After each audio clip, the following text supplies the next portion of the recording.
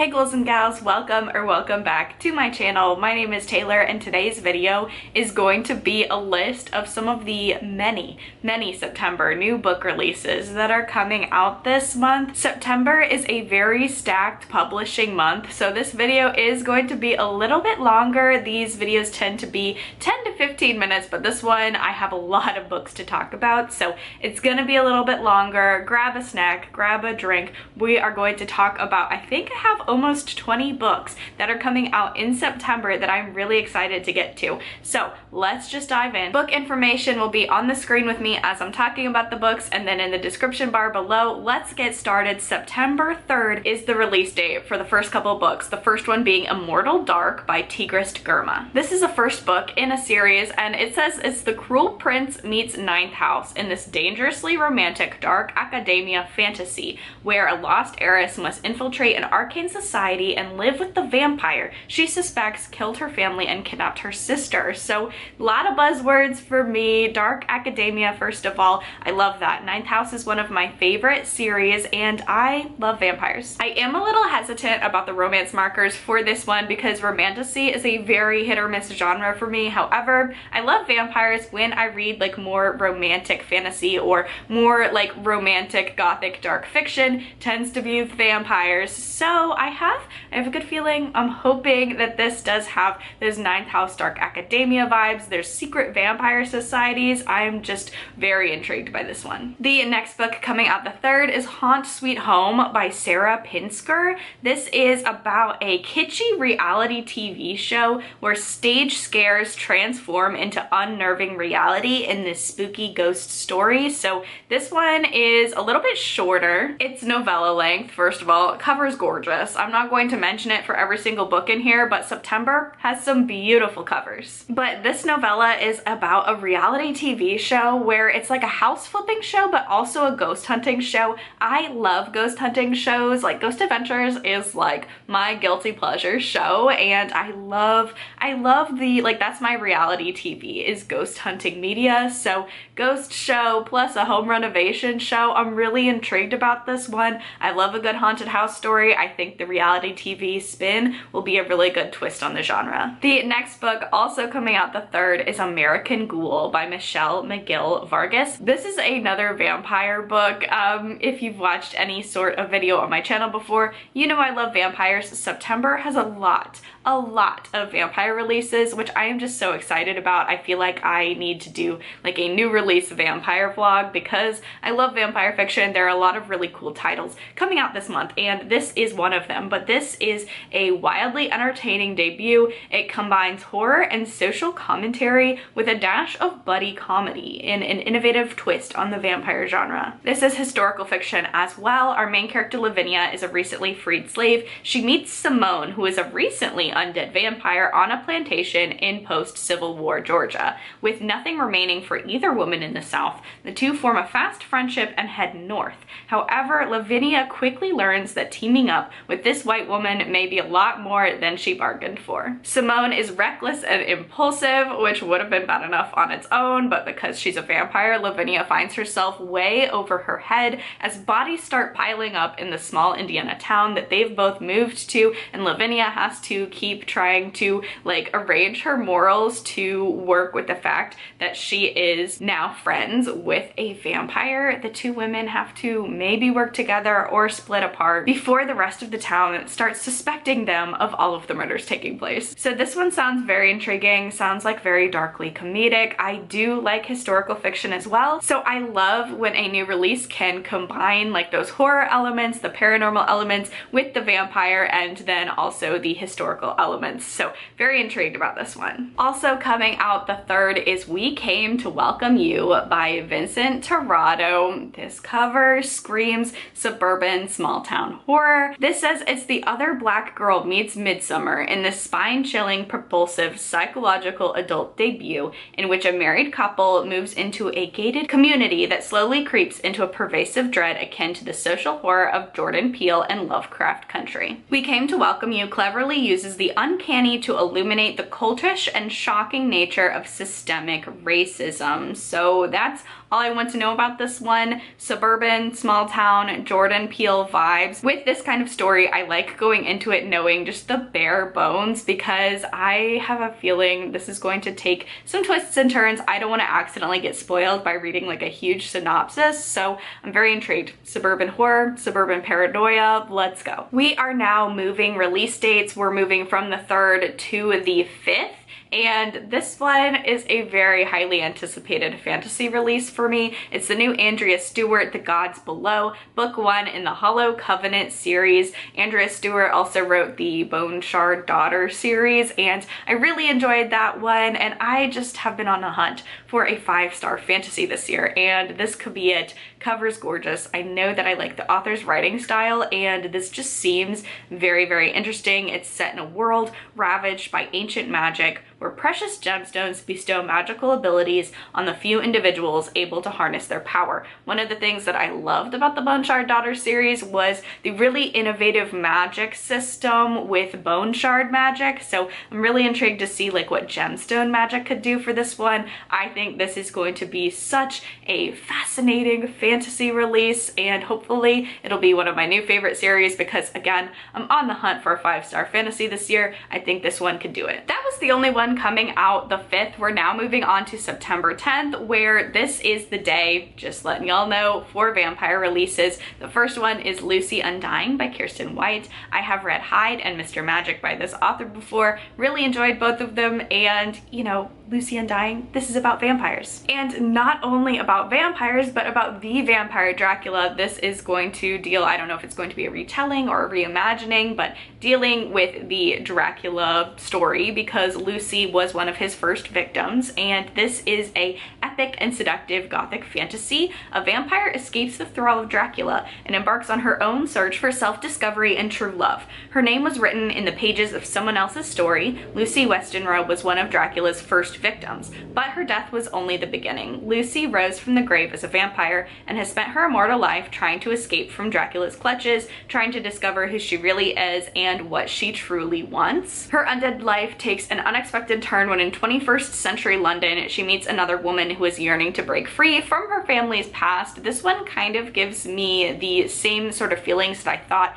maybe Reluctant Immortals, I think was. I didn't end up loving that one, but this one I'm really intrigued by. Cover's gorgeous. I know that doesn't matter, but it really is, and I've read and enjoyed things from Kiersten White, so I have a feeling that this could be a Dracula retelling that I am super invested in. The next book that is coming out the 10th is So Thirsty by Rachel Harrison. Now, Rachel Harrison and I don't know how I'm going to feel about this book. I've read a couple things by this author. I think she seems like a wonderful person, and her book synopsises and the things that she talks about in her books, like, they should be 5 stars. I don't know why I haven't given one a 5-star yet. I just feel like for these, a lot of the times expectations, like for me at least, surpassed the reality. I read Cackle and DNF'd it, and then I read Such Sharp Teeth and thought it was okay. I enjoyed it. It was very readable, just not the 5 stars like I was expecting out of that one.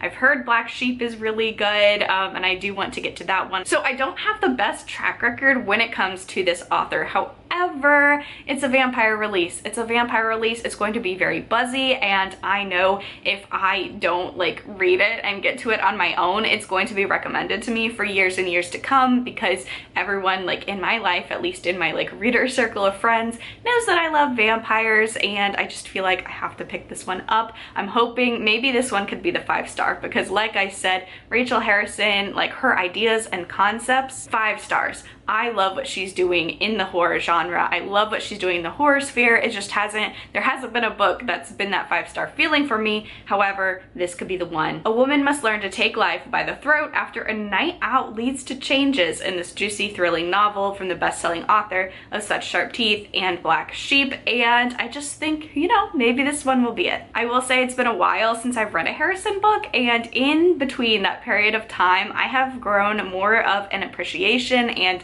an enjoyment of kind of like horror comedy or horror satire. So I don't know. Rachel Harrison takes on vampires with a feminist lens. I'm intrigued. We're gonna pick this one up and I'm hoping that I love it. And next up, also coming out the 10th, we have Guillotine by Delilah S. Dawson. This says that it's the menu meets Ready or Not in this dark tale of opulent luxury and shocking violence. I love the menu. I need to watch Ready or Not, but I have a feeling that I'm going to love it. I recently watched Abigail, done by the same people who did Ready or Not, and I really enjoyed it. So I have a feeling that those comp titles may be like very accurate for this one, just based on what I've read from Delilah S. Dawson so far. But we are following a woman who starts dating a man just to get to his mother, who's a very influential editor, I believe, at a magazine, and he invites her to his family's big Easter reunion at their lake retreat. It's on a secluded, isolated island. She agrees, they go. Our main character is floored. She's never really witnessed how the 1% lives before in all of their ridiculous and unnecessary luxury. Once all the family members are on the island and the ferry is departed, shit gets real. For decades, the Ruskins have made their servants sign contracts that are basically indentured servitude, and with nothing to lose, the servants have decided their only route to freedom is to get rid of the Ruskins for good. Our main character Des and her boyfriend Patrick are now on the run from these servants, but the more Ruskins that she sees die and the more servants who tell their stories, the more Des realizes she wants nothing to do with this lifestyle, with the magazine, any of it. So definitely giving the menu vibes, and I'm really intrigued. Delilah S. Dawson wrote Bloom, and I thought that did a really good job of creating a beautiful atmosphere and then just really taking a turn into horror. So I have a feeling this one's gonna give exactly those same vibes. Moving on to the latter half of the month, September 17th, the first book we have An Academy for Liars by Alexis Henderson. This is an auto read author for me. I have really loved A Year of the Witching and House of Hunger by this author. This is a dark academia book, and I'm absolutely looking forward to it. A student will find that the hardest lessons sometimes come from outside of the classroom.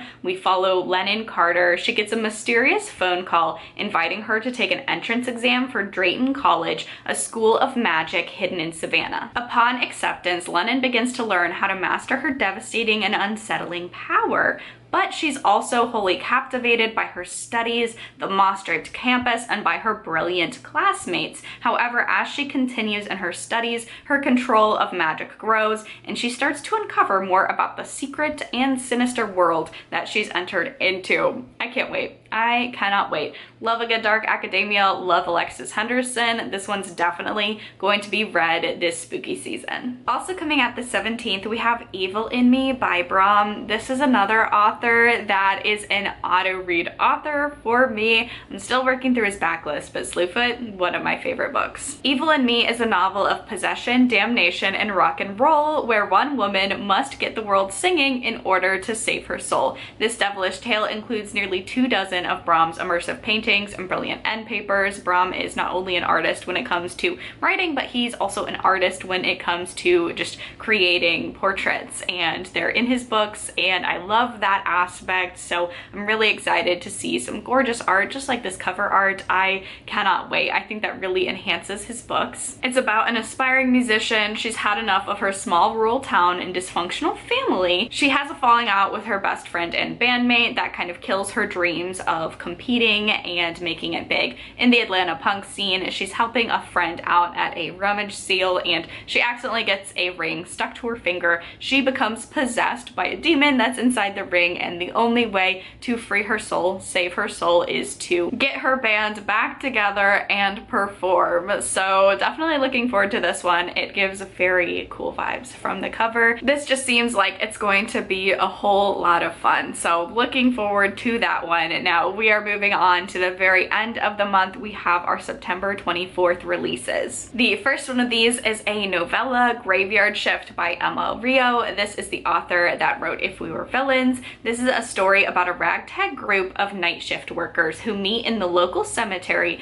to unearth the secrets lurking in an open grave. Because it's a novella, that's all I want to know. I think this sounds like the perfect story to read for Halloween. I'm always looking to read a book on Halloween reading that's very short that I can get through throughout the day. And this creepy graveyard story sounds absolutely perfect for that. Love the cover. Definitely reminds me of Ninth House, that series, a little bit. So definitely will be picking this one up, if not in September, in October. Next up is Devils Kill Devils by Johnny Compton. I read The Spite House last year, really loved this. I had no idea that this was vampire centric, and now I'm even more excited. This is perfect for fans of Sylvia Moreno Garcia's Certain Dark Things. That's one of my favorite vampire novels, and Southern Gothic horror. Johnny Compton brings his trademark terror and dread to a new roster of monsters, angels, devils, vampires, and a heart-pounding race to save the world. When all hell breaks loose, you need a devil on your side. So our main character Sarita has been watched over by a guardian angel her entire life, and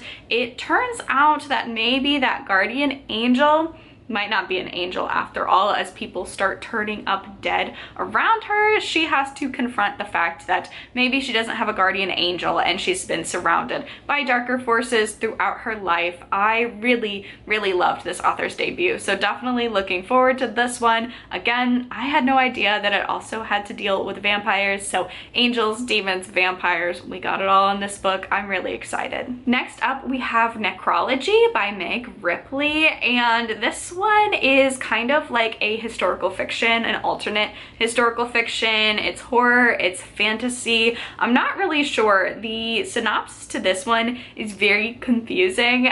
So this one is also going to be a little shorter of a synopsis, but this is about the fantastical aftermath of the Salem witch trials. Magical women known as the Dirty have signed a contract swearing off their magic in exchange for freedom from violence by non-magical freemen. 200 years later, it looks like this contract has been violated. So this is another one. I love the cover. Kind of gives me the same like pastel-y horror vibes as Haunt Sweet Home from the very beginning of this video. I'm really intrigued. I have been reading, at the time that I'm filming this, I've been reading a lot of witchy horror. That's something that I want more of. I really enjoy witches, and I'm always looking for more horror titles. This one's marked as both horror, fantasy, and historical fiction, so I'm not sure if this will be more fantastical, more horror. It feels like a little bit of both, but alternate universe Salem witch trials where women have power are stripped from it and maybe are reclaiming that power back. Definitely interested in checking out this one because those are all themes that tend to work really well for me in horror. And then last but not least, we have The Beehive by Margaret O'Donnell. Now this originally came out in 1980. It is getting a re-release. I think it's been out of print for a while. This is a feminist dystopia that actually predates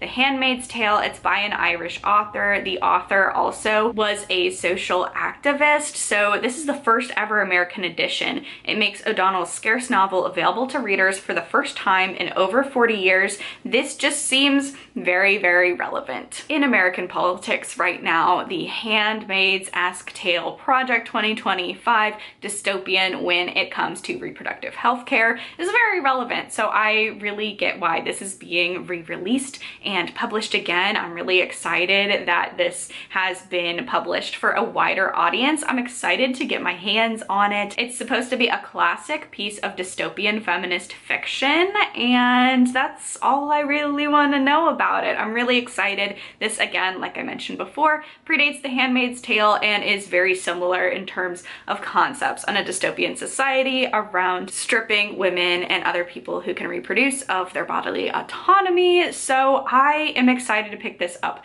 I love a good horror classic. I do enjoy The Handmaid's Tale. I also really enjoy The Stepford Wives, Rosemary's Baby. I really enjoy a lot of classics that have to deal with those themes, and this sounds like one that is finally going to get its flowers and a wider audience. So I'm definitely looking forward to this one. I have a feeling that, you know, with this new re-release, this could be a title that we talk about in years to come that is just as popular as The Handmaid's Tale in our cultural zeitgeist. So there you have it. Those are all of the books that are coming out in September. Not all the books, I'm sure. This is such a heavy publishing month. I'm sure I missed some. So definitely let me know down below if there are titles that you think I would be interested in or titles that you're interested in that I didn't talk about. Let me know down below. Give me those details. Thank you all so so much for watching. If you enjoyed this video, please give it a thumbs up. Leave a comment down below. Let me know of this list, what titles are you most excited for, and don't forget to subscribe to my channel for all of the bookish, horror, and cozy gaming content. Stay safe, stay spooky, and I will see y'all in the next video. Bye!